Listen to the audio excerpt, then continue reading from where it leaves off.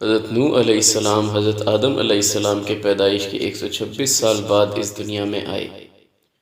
حضرت آدم علیہ السلام اور حضرت نوح علیہ السلام کے درمیانی زمانے میں جتنے لوگ بھی تھے وہ سب اسلام پر تھے۔ پھر اس کے بعد آہستہ آہستہ بتوں کی عبادت شروع ہو گئی۔ اللہ رب العزت نے جب حضرت نوح علیہ السلام کے سر مبارک پر نبوت کا تاج رکھا تو اس وقت بتوں اور شیطانوں کی پوجا شروع ہو چکی تھی اور لوگ اللہ رب العزت کے راستے سے بھٹک کر کفر کے راستے پر چل نکلے تھے۔ اس لیے اللہ رب العزت نے اپنے بندوں پر رحمت فرماتے ہوئے نبوت کا تاج حضرت نوح علیہ السلام کے سر مبارک پر رکھا۔ اس طرح وہ پہلے رسول تھے جنہیں زمین والوں کی طرف بھیجا گیا۔ قیامت کے دن حشر کے میدان میں کھڑے لوگ بھی ان سے یہی بات کہیں گے۔ اللہ رب العزت نے اپنے مقدس اور آخری کتاب قرآن پاک میں حضرت نوح علیہ السلام کے قصے کو بیان کیا ہے کہ آپ علیہ السلام کی قوم نے کیا کیا کچھ کیا، اور اللہ رب العزت نے کفر کرنے والوں پر طوفان کا کیسا خوفناک عذاب بھیجا، پھر آپ علیہ السلام اور کشتی والوں کو کس طرح اس طوفان سے بچایا۔ قرآن پاک میں ارشاد ہوتا ہے، ہم نے نوح علیہ السلام کو ان کی قوم کی طرف بھیجا تو انہوں نے ان سے کہا، اے میری قوم کے لوگوں، اللہ کی عبادت کرو، اس کے سوا تمہارا کوئی معبود نہیں، مجھے تمہارے بارے میں بڑے دن کے عذاب کا بہت ہی ڈر ہے۔ تو جو ان کی قوم میں سردار تھے وہ کہنے لگے کہ ہم تمہیں صاف گمراہی میں مبتلا دیکھتے ہیں۔ انہوں نے کہا، اے قوم، مجھ میں کسی طرح کی گمراہی نہیں ہے، بلکہ میں پروردگار عالم کا پیغمبر ہوں۔ تو میں اپنے پروردگار کے پیغام پہنچاتا ہوں اور تمہاری خیر خواہی کرتا ہوں، اور مجھ کو اللہ کی طرف سے ایسی باتیں معلوم ہیں جن سے تم بے خبر ہو۔ کیا تم کو اس بات سے تعجب ہوا ہے کہ تم میں سے ایک شخص کے ہاتھ تمہارے پروردگار کی طرف سے تمہارے پاس نصیحت آئی ہے تاکہ وہ تم کو ڈرائے اور تم پرہیزگار بنو تاکہ تم پر رحم کیا جائے؟ مگر ان لوگوں نے انہیں جھٹلایا تو ہم نے نوح علیہ السلام کو اور جو ان کے ساتھ کشتی میں سوار تھے ان کو تو بچا لیا، اور جن لوگوں نے ہماری آیتوں کو جھٹلایا تھا انہیں غرق کر دیا۔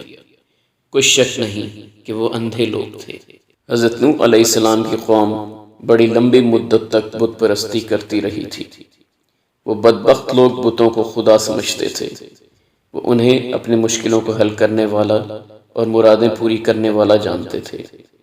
وہ انہیں نیکی اور برائی کا مالک سمجھتے، انہیں مختلف ناموں سے یاد کرتے تھے۔ انہوں نے کسی بت کا نام ود رکھا تھا، کسی کو یغوث کہتے تھے، کسی کو سوا، کسی کو یعوق اور کسی کو نس کے نام سے پکارتے تھے۔ یہ کھلی جہالت تھی۔ بھلا پتھر کے بے جان بت خدا کیسے ہو سکتے ہیں؟ وہ تو خود سے ہل جل بھی نہیں سکتے۔ اگر ان کے اوپر مکھی بیٹھ جائے تو وہ اس مکھی کو بھی نہیں اڑا سکتے۔ اللہ رب العزت نے بتوں کی پوجا کرنے والی اس قوم کی طرف حضرت نوح علیہ السلام کو نبی بنا کر بھیجا۔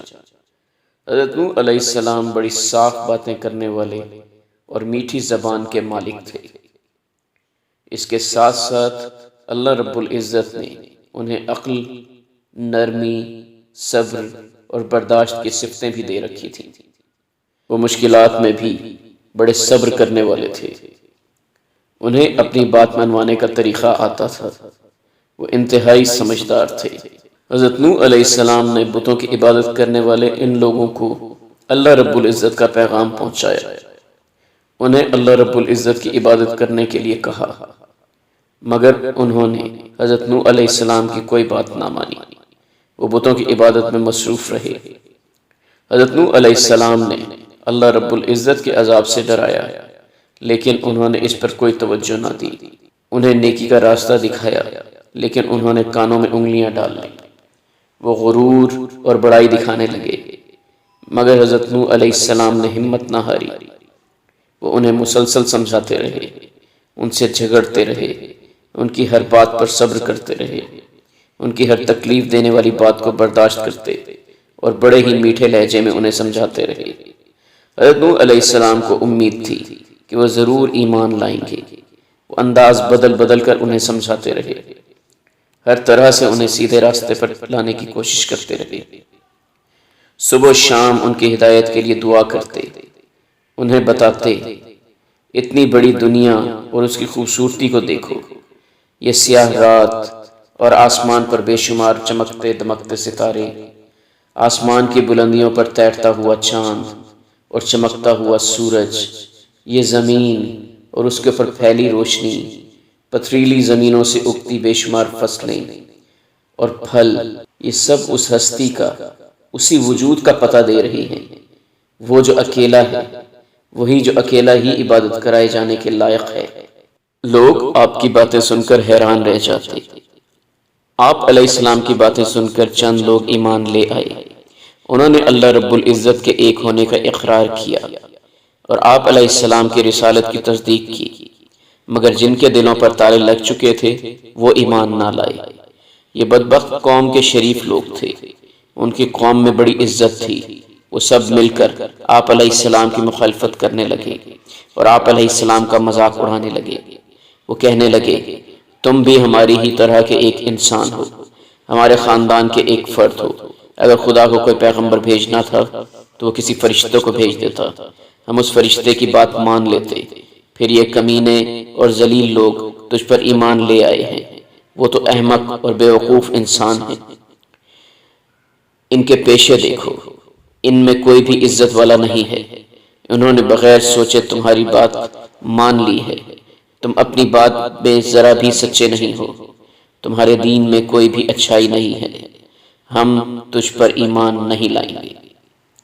وہ حضرت نوح علیہ السلام کو طرح طرح سے ستانے لگے اور کہنے لگے اے نوح، آپ اور آپ کے ساتھی کس چیز میں ہم سے بہتر ہیں؟ کیا تم لوگ عقل میں ہم سے بڑھ کر ہو یا مال و دولت تمہارے پاس ہم سے زیادہ ہے؟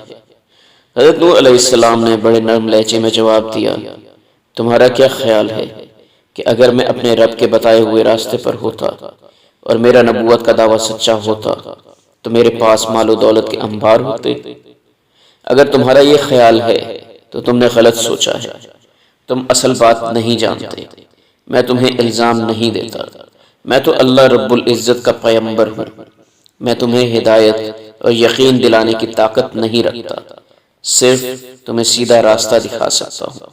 وہ لوگ کہنے لگے اے نوح، تو اگر ہماری ہدایت کا خواہش مند ہے، اگر تو چاہتا ہے کہ ہم تمہاری مدد کریں اور تمہارے ساتھ عزت کے ساتھ پیش آئیں تو تم ان غریبوں کا ساتھ چھوڑ دو، آئندہ یہ لوگ تمہارے پاس نہ آئیں، ان غریب لوگوں کی حمایت کا خیال دل سے نکال دو، ہم ان کے ساتھ نہیں چل سکتے، ہم ان کے طریقوں کو نہیں اپنا سکتے۔ حضرت نوح علیہ السلام نے جواب دیا، میری دعوت عام ہے، میں تم سب کی بھلائی چاہتا ہوں، میرے دین میں چھوٹے بڑے سب برابر ہیں، امیر اور غریب ایک جیسے ہیں، آقا اور غلام سب برابر ہیں، اگر میں تمہاری بات مان لوں اور اپنے ماننے والوں کو چھوڑ دوں تو دین کے پھیلانے میں کس پر بھروسہ کروں؟ ان وفاداروں کو کیسے چھوڑ دوں جنہوں نے میرا اس وقت ساتھ دیا جب تم لوگوں نے مجھے ٹھکرا دیا، مجھے جھوٹا کہا، جنہوں نے میری بات کو مان لیا، جو دن رات اللہ رب العزت کا پیغام پھیلانے میں میری مدد کر رہے ہیں۔ کل قیامت کے دن اگر انہوں نے اللہ رب العزت کے سامنے میری شکایت کی تو میں کیا جواب دوں گا؟ اگر انہوں نے کہہ دیا اے اللہ، نوح نے نیکی کے بدلے برائی اور احسان کے بدلے ہمیں ٹھکرا دیا تو میری کیا حالت ہوگی؟ اب کافر حضرت نوح علیہ السلام کو طرح طرح کی تکلیفیں دیتے، تنگ کرتے اور انہیں نقصان پہنچانے کا کوئی موقع ہاتھ سے نہ جانے دیتے اور کہنے لگے نوح، تم نے ہم سے جھگڑا تو کیا اور جھگڑا بھی بہت کیا، لیکن اگر تم سچے ہو تو جس چیز سے ہمیں ڈراتے ہو وہ ہم پر نازل کرو۔ حضرت نوح علیہ السلام کہنے لگے میں کون ہوتا ہوں تمہیں عذاب دینے والا یا عذاب سے بچانے والا؟ میں تو تمہاری ہی طرح ایک انسان ہوں، میری طرف وحی کی جاتی ہے، بے شک تمہارا معبود تو اکیلا ہے، میں تو اللہ تعالیٰ کا پیغام تم تک پہنچانے آیا ہوں، میں تو جنت کی خوشخبری دینے اور اللہ رب العزت کے عذاب سے ڈرانے آیا ہوں۔ ہر چیز اللہ رب العزت کے قبضے اور اختیار میں ہے، اگر وہ کرم کرے تو تمہیں ہدایت دے، چاہے تو تمہیں فوراً سزا دے، اگر وہ چاہے تو تمہاری زندگی لمبی کر دے تاکہ تمہیں سخت سزا ملے، اور چاہے تو اپنے کرم سے تمہیں سخت عذاب سے بچا لے۔ حضرت نوح علیہ السلام نے 950 سال تک لوگوں کو بھلائی کی طرف بلایا، وہ اپنی قوم کے ظلم کرنے پر صبر کرتے، ان کے غصے سے بھری باتوں کو برداشت کرتے، لیکن اس کے باوجود حضرت نوح علیہ السلام انہیں سیدھے راستے کی طرف بلاتے رہے۔ ان کا دل چاہتا تھا کہ وہ سب ایمان لے آئیں، لیکن ان کی قوم کی سرکشی اور ظلم تو ہر روز بڑھتا ہی چلا جا رہا تھا۔ حضرت نوح علیہ السلام جوں جوں انہیں تبلیغ کرتے وہ مزید سرکش ہوتے جا رہے تھے۔ جب نوح علیہ السلام نے محسوس کیا کہ ان کی قوم ایمان قبول نہیں کر رہی تو انہوں نے اللہ رب العزت کی بارگاہ میں عرض کیا، اے میرے اللہ، میری مدد فرما، ان گمراہ لوگوں کو ہدایت دے، میں انہیں نصیحت کرتے کرتے تھک گیا ہوں، میرے دل میں ان کے ایمان لانے کی امید نہیں رہی، تو ہی رحم فرما۔ اللہ رب العزت نے آپ علیہ السلام کی طرف وحی کی، تمہاری قوم میں جو لوگ ایمان لا چکے ان کے سوا اور کوئی ایمان نہیں لائے گا، تو جو کام ہو کر رہے گا ان کی وجہ سے غم نہ کھاؤ۔ حضرت نوح علیہ السلام نے دیکھا کہ اللہ رب العزت نے فیصلہ سنا دیا ہے اور اب وہ کبھی ایمان نہیں لائیں گے، ان کے دلوں پر تالے پڑ چکے ہیں، تو ان کے ہاتھ اٹھ گئے۔ اے میرے رب، کسی کافر کو زمین پر بستا ہوا نہ رہنے دے، اگر تو ان کو رہنے دے گا تو تیرے بندوں کو گمراہ کر دیں گے، اور ان کی جو اولاد ہوگی وہ بھی بدکار اور ناشکر گزار ہوگی۔ اللہ تعالیٰ نے اس دعا کو قبول فرمایا اور حکم دیا، اور ایک کشتی ہمارے حکم سے ہمارے سامنے بناؤ، اور جو لوگ ظالم ہیں ان کے بارے میں ہم سے کچھ نہ کہنا، کیونکہ وہ ضرور غرق کر دیے جائیں گے۔ حضرت نوح علیہ السلام نے آبادی سے ہٹ کر ایک مکان بنایا، کشتی کی تیاری شروع ہو گئی، تختے اور کیل تیار کیے، اور اللہ رب العزت کے حکم کے مطابق کشتی تیار ہونے لگی۔ یہ دیکھ کر لوگ مذاق کرتے اور آوازیں کستے اور کہتے، نوح، پہلے تو تم نبی تھے، آج بڑھئی بن گئے، کیا نبوت چھوڑ کر یہ پیشہ اختیار کر لیا؟ کبھی کہتے اس کشتی کا کیا فائدہ، یہاں تو پینے کے لیے پانی نہیں ملتا، آخر تم نہروں اور دریاؤں سے اتنی دور کشتی بنا کر کیا کرو گے؟ کیا اس کشتی کو بیل کھینچیں گے یا ہوائیں اٹھائیں گے؟ تو حضرت نوح علیہ السلام ان کی کسی بات پر توجہ نہ دیتے، صرف اتنا کہتے، اگر تم ہم سے مذاق کرتے ہو تو جس طرح تم ہم سے مذاق کرتے ہو اسی طرح ایک وقت ہم بھی تم سے مذاق کریں گے، اور تم کو جلد معلوم ہو جائے گا کہ کس پر عذاب آتا ہے جو اسے رسوا کرے گا اور کس پر ہمیشہ کا عذاب نازل ہوتا ہے۔ کشتی تیار ہو گئی، اب اللہ رب العزت کے فیصلے کا انتظار تھا۔ اچانک حکم ہوا، جب ہمارا حکم آ جائے اور عذاب کے آثار ظاہر ہونے لگے تو خود بھی کشتی میں سوار ہو جانا، اور اپنے ماننے والوں اور گھر والوں کو بھی سوار کر لینا، اور ہر چیز کے 2 جوڑے نر اور مادہ اپنے ساتھ سوار کر لینا، یہاں تک کہ ہمارا حکم آ پہنچے۔ رجب کی دوسری تاریخ تھی۔ اس وقت حضرت نوح علیہ السلام کی بیوی تنور میں روٹیاں لگا رہی تھی کہ اچانک تنور سے پانی ابلنے لگا۔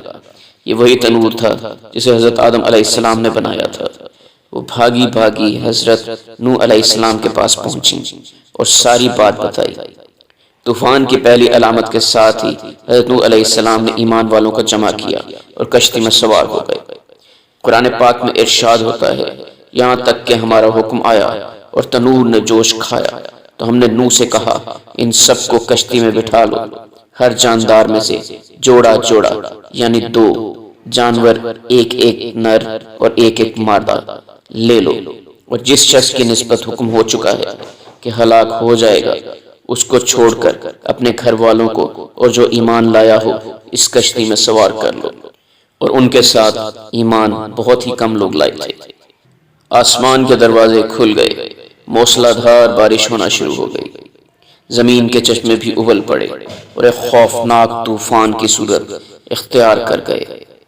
پانی ٹیلوں کو ڈبوتا، پہاڑوں کی چوٹیوں کو چھونے لگا، کشتی پانی پر تیرنے لگی۔ قدرت خود اس کی حفاظت کر رہی تھی۔ اس کا چلنا اور رکنا اللہ رب العزت کے حکم سے تھا۔